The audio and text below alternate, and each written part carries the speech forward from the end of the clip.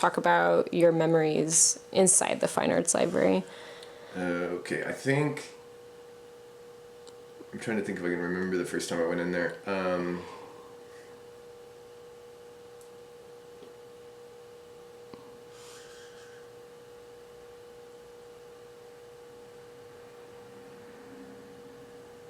I don't know. I think probably it was just some kind of like regular, like had to go to the library or something like that, or to print off something, and then I was like, oh fuck, I'll run in here and print it off, and then I'll run out. So that's probably like the first way that I got in there. And then I kind of have like, it's almost like different little like love affairs with like different like places to like read and like study or like work and journal and stuff like that. So I'd probably move through. I know it started off when the Earth was on Asp, I think, or Webster. I forget which one. I think it's the same road. But whenever it was over there, I used to hang out there a whole bunch. And then it just kind of like I think since it's new and I hadn't been there, then I'm like, this is the best. Like this is the best place that I can like get anything done.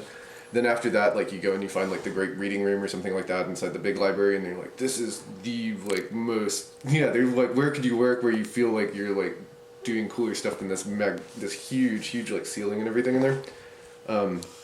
So then you do that for a bit, and then you kind of get over it, and then and then like the Fine Arts Library has like one of those kind of spots too where I was going there often.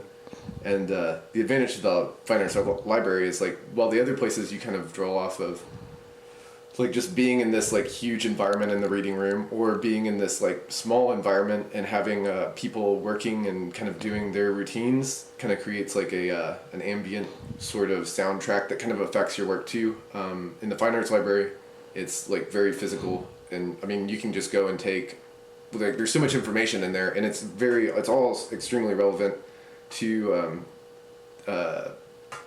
things I was exploring. Like whenever I know I was there a whole bunch whenever I was doing like kind of figuring out what performance art was, and there's the documentation of performance art is really interesting too, because it's not extremely accessible online. There's a couple different sites. I mean, it is extremely accessible online. That's, you can tell that I live like in this year by saying that, like compared to years before, like it'd be much more difficult. But it's not the same as, I don't know, like trying to look up like instructions for software or phone, or like find music on the internet or something like that. And the books, I think books have a little bit more of a I don't know, they're just like this object, they're tangible, they're physical, and you like find the book and it's got some kind of like title, like the book has a title that's like, I don't know, it can be kind of weird, and if it's all about performance art, then it is going to be kind of weird, and then there's completely like taboo books that focused on like these things that culture didn't kind of, taboos that we weren't like ready to accept or like take seriously because they were so out there that it's actually scary to accept as being like okay to be allowed into our reality, that people are doing this kind of stuff. So I found some of those, and there's a bunch of the shock kind of stuff is in there, which is cool. And there's people that kind of get pigeonholed into shock work, that whenever you kind of get over that sort of shock taboo and you start analyzing like the work that they're doing, it can be like extremely rewarding and insightful. And then I guess I moved from there. I had some professors that were really good at suggesting books and philosophy to read, and so finding like Deleuze and like I said, Maurice Blanchot, and The Writing of the Disaster, and what is it? I think it's was it like Thousand Plateaus, or it's like Capitalism and Schizophrenia was another one. Just a bunch of these like weird thinkers that are thinking weird things, and then you read them and it's written in a esoteric kind of strange poetry but it's all like social commentary and political commentary and like the human condition and everything like that, and to see them change their struggle for understanding. And usually whenever you're struggling to understand something, it usually rabbit holes, because the more like you inspect things, the more you can go into it. So like I think there is like a Maurice Blanchot quote that's like what is it, like it's like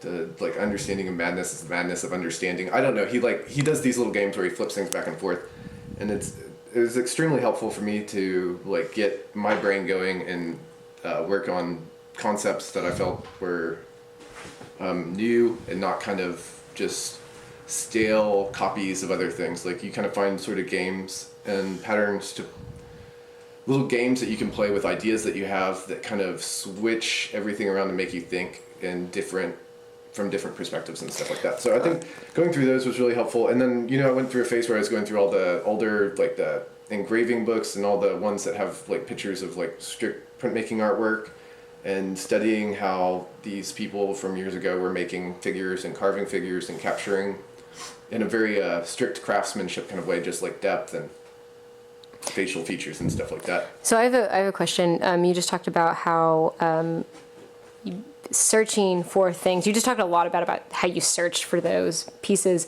Can you relate that to that idea of like going down rabbit holes, like kind of going all around different places? Like you literally went all over different areas of Norman to kind of access a part of your mind or give yourself mental space to work or feel like comfortable or feel like you could be in an environment for searching. So can you relate that to some of your practice or like some things in your work or how you work or how you...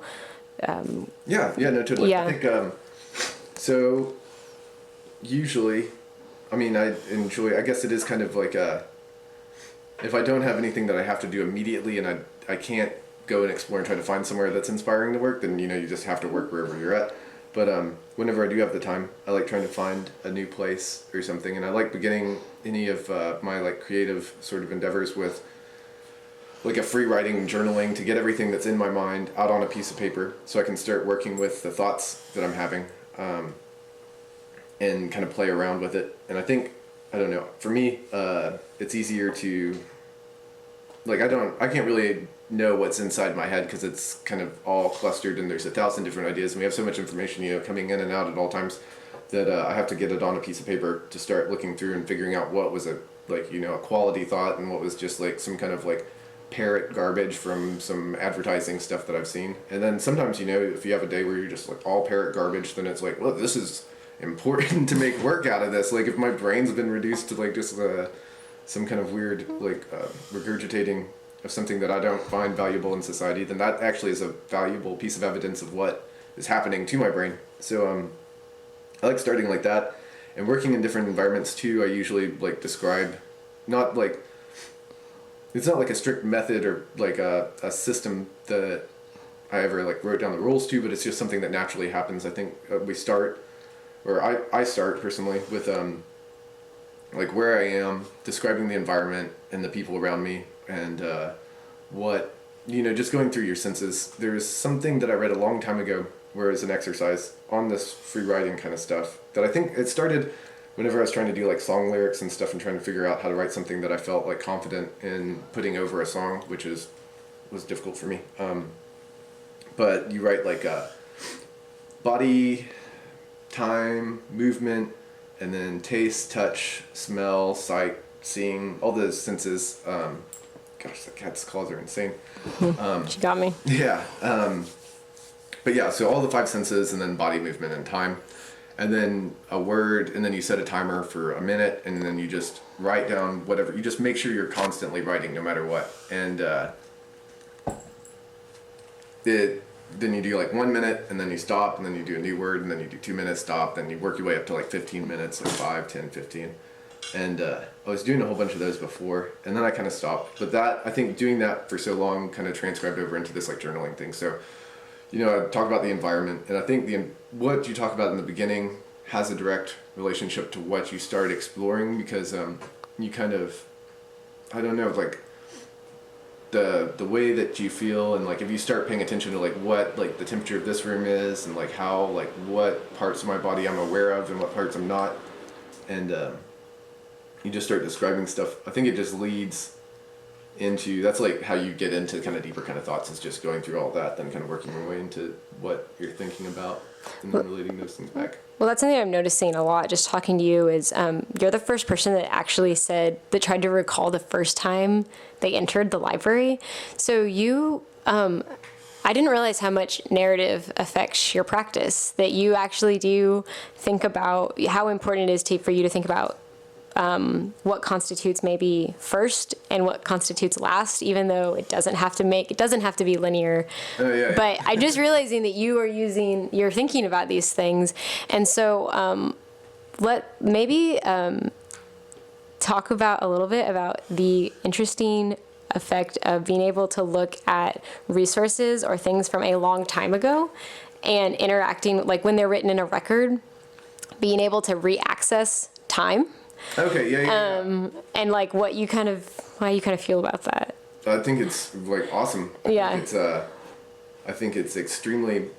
I think a huge important part of it is that it's documented and it's not like sterile or like stagnant or anything. Like when it's documented by another human too, that's looking at it from a certain perspective, and they've found something with whatever experiences they had in their life that led up to that moment, them seeing the thing and then deciding that this is important enough to create a book or somehow save and like document and archive and like make it available for other people. So I think it's whenever you encounter like these works and stuff, it isn't just like I don't know. I mean, like photography, you can't really say it about anything because it's like everything that is documented is done in that kind of way. So I don't know what the right metaphor would be, but yeah, it's just not. It must have been extremely interesting to somebody for them to dedicate that much of their life to make sure that this book was created and published and stuff. And I don't think, I don't know. So if you go into that and you start looking at these books, like realizing that like, man, this like already this has meant like so much to somebody to put this together and bring it here. And then you have access to go and look through it. And then you can use different perspectives that kind of maybe they will become related if they're not already related, because that's what you're putting together. And then you'll start comparing those performance books that you're reading and then the photographs of the people that, or not the photographs of people. Well, there are, these awesome portrait books too that you can go through in there that I have gone through, and I don't know, there's so much of every kind of medium and every kind of work that's just right there that you can pull out. And I guess whenever you start, you get a pile of the different books and you start setting them out together. It is, I guess, like what you're saying, a combination of different times, like, are then just immediately, like, overlapped, or, like, sitting side by side on a desk, and you're flipping through, you have these, like, illuminated manuscripts, and you're seeing, like, these ancient, like, religious teachings to try to, like, educate illiterate people on, like, why they should behave themselves, or give them hope for like farming or whatever they're doing. It's like I don't know, it's really cool. And my last question is, so a book, and you can think of a print this way too, it's so with a print there's a lot of manual labor that comes into making that print, and with a book there's a lot of manual labor, but it's also like it's a collection in a sense, like in a way it's grounded by like a book it's cover to cover, like the information's inside it. A print is like, it's an artifact of that time and that thought and that concept going into this thing. So how do you feel about living in this, we're in this information age and you talked a little bit about this, about fragments that are parroting advertising.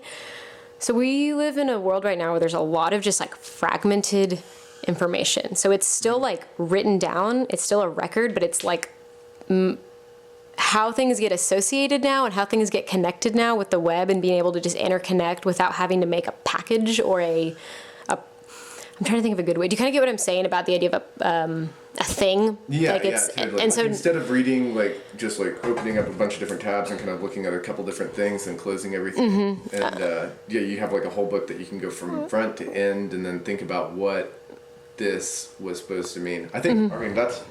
So how does that feel? Because I don't think it's necessarily a bad thing. I think it's just very, very different. Yeah, it's. I think it's really. I don't know. I think it's really cool.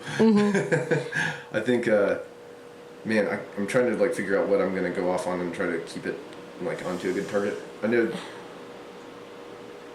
the difference between all these fragmented stuff and then these books. I think the books are still fragments too. I think they're just more. I don't know. It depends on the stuff that we're talking about.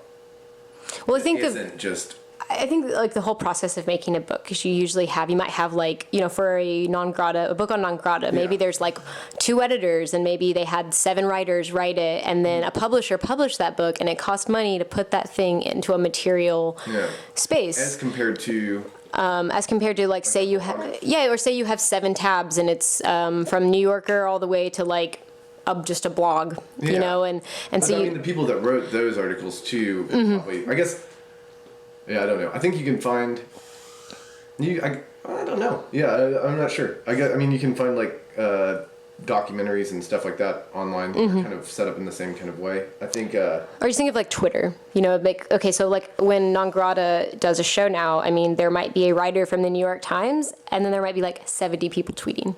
okay. What is there's some interesting dynamics going on there about what constitutes like being able to access that record or being able to access that information, for learning. And Yeah. if we're still talking about knowledge or gaining knowledge for influencing or for learning, Yeah, I think, I don't know. I keep thinking, I don't know how on topic everything. It's okay. is It gonna be, doesn't, but yeah, it this is what doesn't, makes me think of. yeah. It's like, is that, like, whenever it's like I mean, even the book, any kind of like going through and understanding something is kind of like this violent act of taking it away from a total context and putting it into a context that allows you to like think very specifically on certain aspects of it.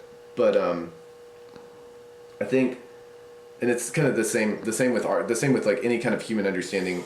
Like we can't think of everything in its entire relationship to everything, especially like with all the information on the web and stuff like that, and these tweets relationships to the books that those people have read. Like there's some kind of insane, like too big for my brain to like put together this whole kind of picture thing, and definitely to understand or something, like to with like a.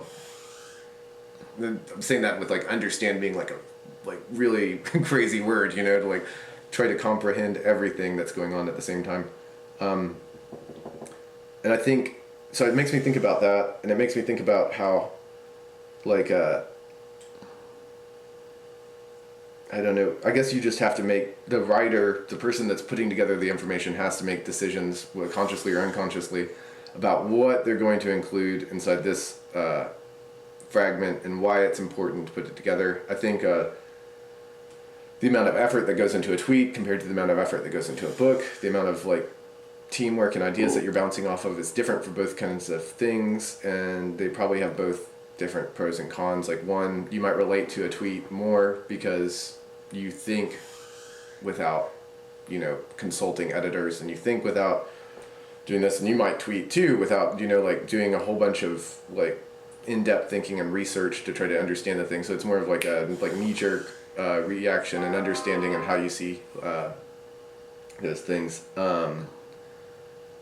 And then the books and the stuff like that, I feel like usually at least they have more like time put into them, more drafts that go through them, and it's a more thought out, maybe like has a mission to it as opposed to just a tweet or something. But then, I mean, you could compile one person's, all of their tweets and kind of see that as being, maybe their mission is just transcribing, the present through all that stuff. So I think it's all important together. But, man, what else? There's another, like the whole idea of a book is like this, I forget the dude's name. He was comparing this book and the artwork stuff in a way that I really liked, where it starts off with like you having a whole bunch of different ideas in your head. Whenever I'm even having this conversation or any conversation you have a whole bunch of thoughts, and then you have to pick which ones are important enough to like put out of your mouth and like bring into conversation, and that's how you, and then it's not really always understood completely, and the other person kind of might understand a little bit of it, and then they kind of fill in the holes with what their understanding and experiences are, and then they'll say something from this whole mess of everything and chaos that's going on in their head, and then you might not understand it. And the importance of like misunderstanding and how that's kind of like a human like superpower, that by us not being able to understand exactly what another person is talking about, it allows us to like make this it's like a poetic faith, or I think is what like Tolkien talks about is in fiction, and I think poetic faith that phrasing lends itself to artwork too. In a science, maybe you wouldn't use the same. Maybe like you believe that the person that's showing you this research is authentically trying to find some kind of truth, instead of maybe working for somebody that paid them to do this, or maybe they're not actually passionate about it. You have to have this faith that what you're interacting with is real and done out of good intentions or something, which I think a lot of things, most things are. But okay, yeah, so that misunderstanding, and then you like have this, that's how you like ground stuff. I'm like trailing off all over the place. It's okay. I think to close it, let's just talk about misunderstanding, communication, and or what you were saying about you have to choose certain things when you're communicating. So let's talk about it with your prints or with your own work. Yeah, so you go through, you have all this different kind of input. In exactly with work, it's like the same way. You have the ideas, you do the research, you write a first draft, you decide, okay, these pieces don't fit in the show, or I need to rework these pieces, it's not cohesive. And the same way you can only say so many things that are going on in your mind, you can only put so many, like from your doodles, you can only turn so many of these doodles and thoughts and like writings into sketches. Then from the sketches, you can only have enough time to turn so many of those into pieces of artwork. And then you go into your studio and figure out what pieces of artwork need to go into the exhibition. And the exhibition is like that book that you've actually put the research and thoughts into to create a cohesive thought that will be misunderstood by people, but hopefully in a beautiful way that allows deeper thinking and more of I don't know. Yeah, it depends on like how like then it like gets into this philosophy thing. It's like if nothing matters at all, then like to what end? But I think it's really important that I don't know. It's almost like subverting like a language, subverting like what symbols and like how we're used to thinking about things, like our own thinking or thought processes, and like even like logic sometimes or something. If you're able to kind of play with these ideas and look at things from different points of view and question, like I think questioning like value and identity and like what people define as their society, and playing with those kind of ideas allows you to adapt to be a better functioning human in your group or whatever.